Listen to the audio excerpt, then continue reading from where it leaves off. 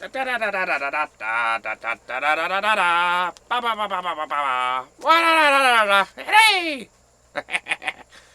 Oh, hey everyone.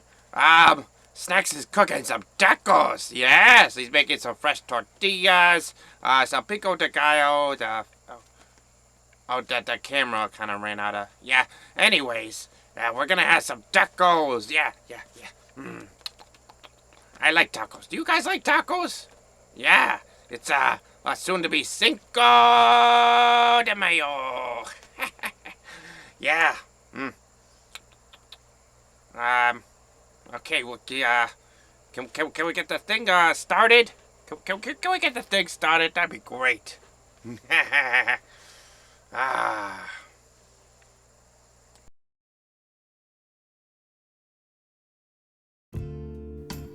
All right, gang. It's snacks at the snack table. I haven't done this in a while, and we're gonna make some fresh tortillas. Right now, what I'm doing is I'm measuring out some bread flour. I have my scale right there, and I'm measuring in grams. Measurements, it's always better to measure it by weight than volume, just because you know exactly sometimes it might be a little clumped up, and there might be air pockets in the flour.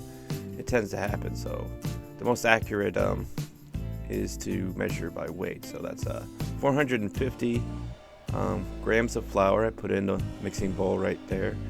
Right now I'm getting the lard, and the lard is it's interesting. It's not my favorite source of fats or lipids to use, but it's pretty good. Right now I'm measuring about 90, 85, somewhere in there. It's not too exact. It just needs a good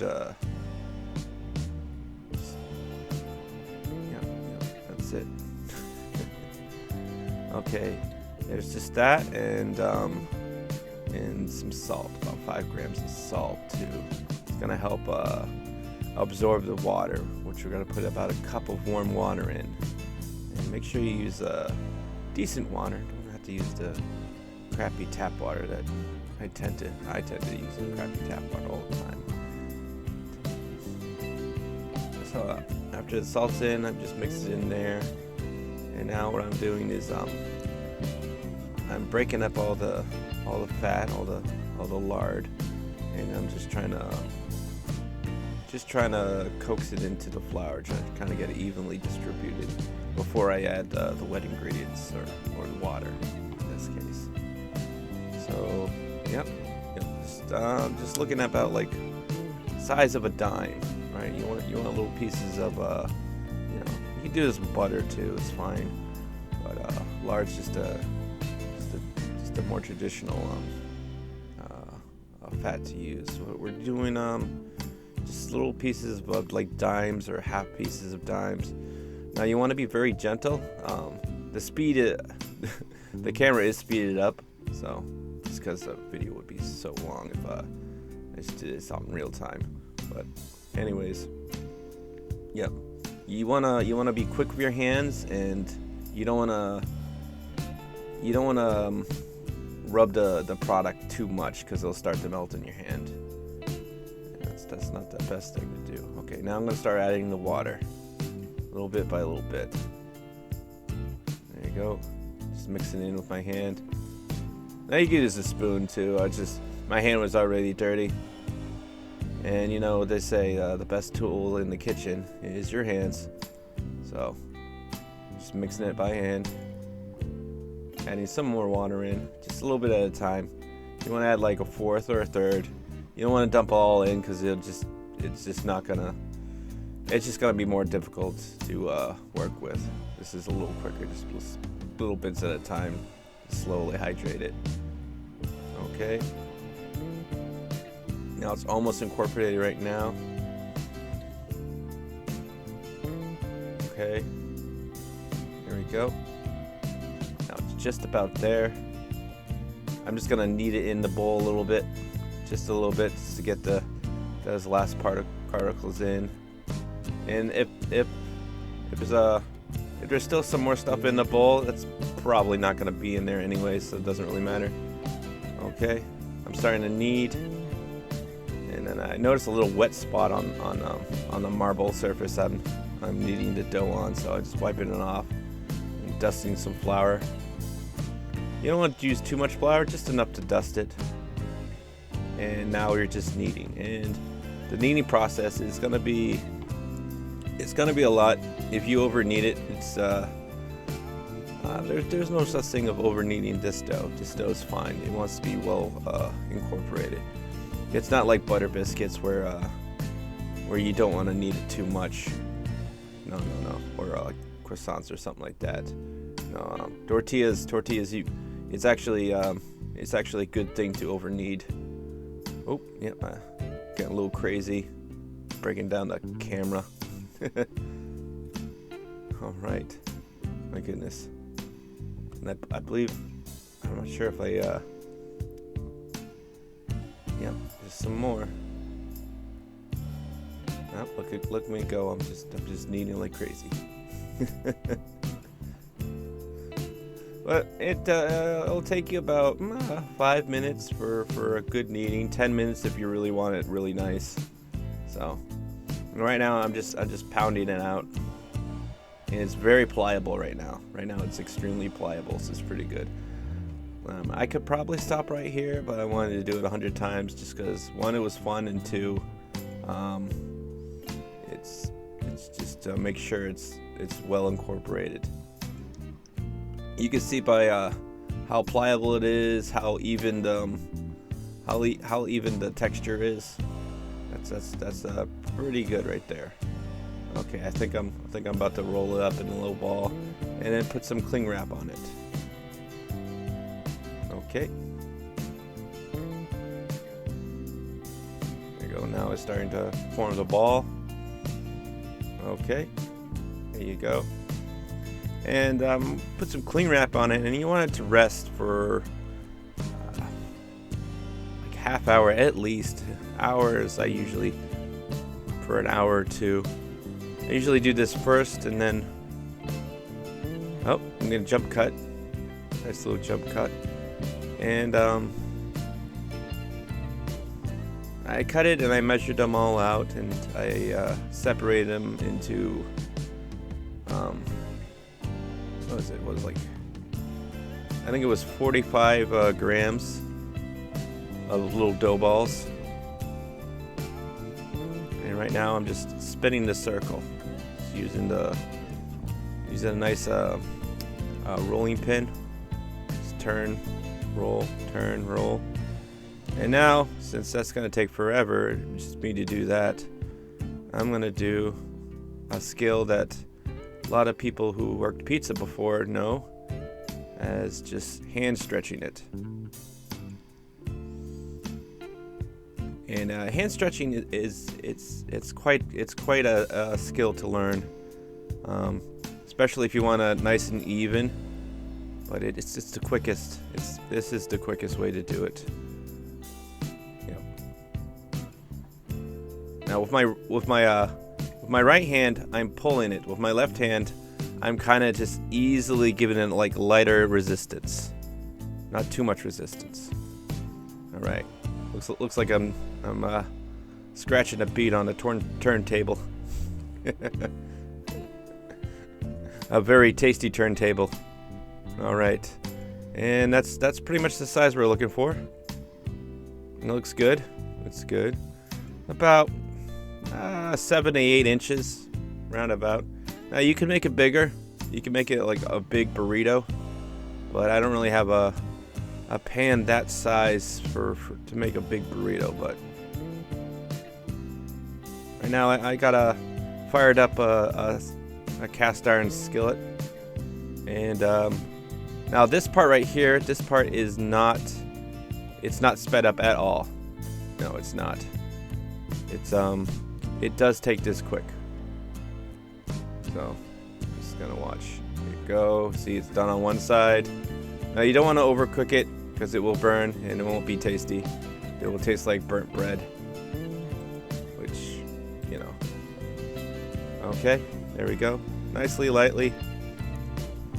Not a lot, like maybe half a minute to a minute, somewhere in that area. You'll see it, you'll feel it, you'll know when it's done. Okay, should be done right about nowish. I should grab yep, that looks good. And there's all the other ones I made. It makes a lot. It makes the amount I made was quite a lot.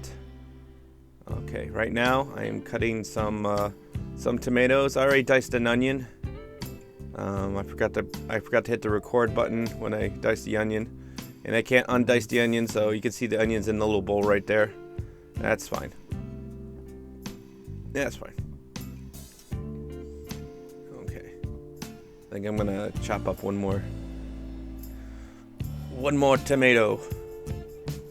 Okay, and so it's tomato. I have some jalapenos right there. And I have some cilantro as well that I'm going to pick and just mix it all up with some lemon juice. Because that's the acidic juice I have. And I'm just going to mix it up, and bam, that's a real simple pico de gallo. It's real simple. It's a lot more simple than the salsa. I like to make fresh salsa too. Which I would have done that, but I'll probably do a salsa video all by itself. I'll probably do a salsa stream at some point in time. That's one of my favorites. Is salsa. Salsa and chips are great. All right. Yep. I just chop it up into little teeny bits. Go. I wish I had a bench scraper. I don't like picking it up with a knife like that too much, but that's okay. Clean your board. Make sure you clean your surface after every time. I mean, not just with when you're cooking chicken. Obviously, definitely clean when you're using chicken, but you know, tomatoes. There are a lot of water intake inside, so they'll make it real slippery. So, okay. I'm here. I'm cooking. New knife. I'm cutting the meat. And what kind of meat? Look like sirloin tips. They are sirloin tips. Yep. Yeah. Right now I'm just breaking them down again. I'm doing they're already fabricated, but I'm just fabricating them down even further. They're gonna cook in a pan real quick. I didn't want to spend all day just cooking a steak. I didn't end up cutting all the meat, but I did. I got a lot for the family. This is me cooking for the whole family. So I make quite a lot of tacos for everyone. I mean, I could have made a lot more. There was plenty. There was leftovers actually. I had breakfast burritos after. Wow. Careful, you don't poke and croak yourself. The very next morning, Sharp knife. Breakfast burritos, just because I wanted to cook them. I wanted to use the tortillas before they go bad. Which you can put them in the refrigerator and keep them for about a week or maybe two, but I didn't have very much room in the fridge, so that's what I used. Which was really simple. I had some of this leftover meat, and I just cracked a couple eggs. And bang. Some pico, some lettuce, and a breakfast burrito. That was great. It was great. Tasty. So yeah, utilize your leftovers, everyone. Utilize your leftovers. Alright. Okay. It's just me cutting the meat so much. I forgot how long this one is. I'm not sure if I captured the marinade, but the marinade is pretty simple. Put some oil in there. You're gonna put some kind of acidic juice in there, which I have some lemon juice right there. Put a little soy. I put some barbecue rub in there as well. It's got some cayenne and some cumin and some other good stuff in there too. And you just mix it up with with your gloves. See, I'm wearing gloves. It's that's just to keep my hands, clean. That's just it. Yeah, no rhyme or reason. Gloves are good to have too. All right. There's the bowl right there. That's pretty much what we're gonna use to marinate all the other stuff. Okay. Yep. And it starts the oil, and I think we're gonna jump cut to. Yep. We're jumping right to the meat. Or is this the meat? Yes, it is. Okay. And since I bought a fresh tub of lard, I'm just gonna use that as a. That's just a starter, just to keep it up. Okay.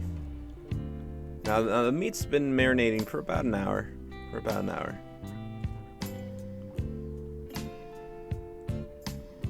Yep. There we go. It's some good sizzling sounds in here. I should have kept that sizzling sound, but that's okay. We could just use our imagination. But yeah. Put any more in. And I'm not too concerned about it crowding the pan because the meat is going to shrink down a bit. So I might seem overcrowded, but it's not that bad. It's really not that bad right now.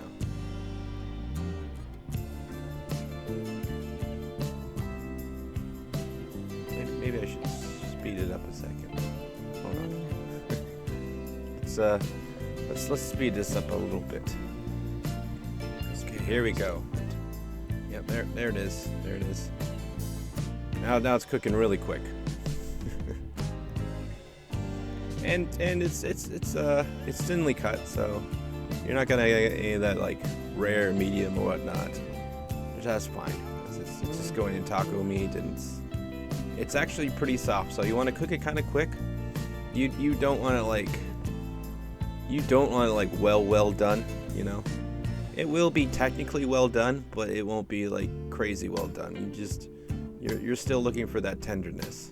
So it will be in there for a little bit, but it's if you want to just err on the side of more rare, it's probably a good bit. It's probably a good bit. And, getting the pan really hot is gonna help get that nice little char, which is really tasty. Good char crust on the meats. It's good flavor. It is good flavor. And then you just see in the pan right now. It's the same pan I used as I did the tortillas. Yep. There we go. And now, did I put salt and pepper? Yeah, I put salt and pepper in the marinade, so it's fine. But normally, if there wasn't salt and pepper in the marinade, I would put salt and pepper right here. That's good. Yep. That looks tasty. I was very happy with it. It turned out. That looks really tasty. Yep. It did. Yep. So. Can I? Oh, I'll let you finish. Okay. Okay. Yeah. Just organizing the pan. That's how it goes. Is it super exciting? I don't know. I enjoyed it. I enjoyed cooking it. It was a little bit of a chore, but it's a chore that I know is gonna pay off. And that's the pan just getting way too hot. The pan is getting way too hot, and the fats are smoking. So if your pan's too hot and you have olive oil or butter has a low smoking point, yeah, you're gonna set off your smoking alarm. Oh, that, and if you don't dust out your tortillas, they're gonna smoke up there too. So, okay, so little side prep. I diced up some lettuce. I did a nice little chiffonade on lettuce. And I grated some cheese. So right now we're gonna build with the tortilla, some meat, some of the nice of the steak. I'm gonna put some lettuce down, some pico de gallo, and then some cheddar cheese. Nice little cheddar cheese. Okay. And I didn't want to make make guacamole because I was just making everything else from scratch. So the store-bought stuff is fine. Store-bought stuff is fine. You can doctor it up if you want, but there's no need. It's fine. There's a whole bunch of other flavor stuff in there. And then just a bit of sour cream because I like sour cream in my tacos. They call that's the supreme or whatever. It's good. Yep. It looks good. I'm just gonna fold it in half. Now if it was bigger I could probably roll it into a burrito, but that's pretty much it. And it is super savory, very succulent, nice. The flavor is good. You can taste the tortilla, you can taste the meat. Pico de gallo is the lettuce makes it a very savory salad kind of into everything.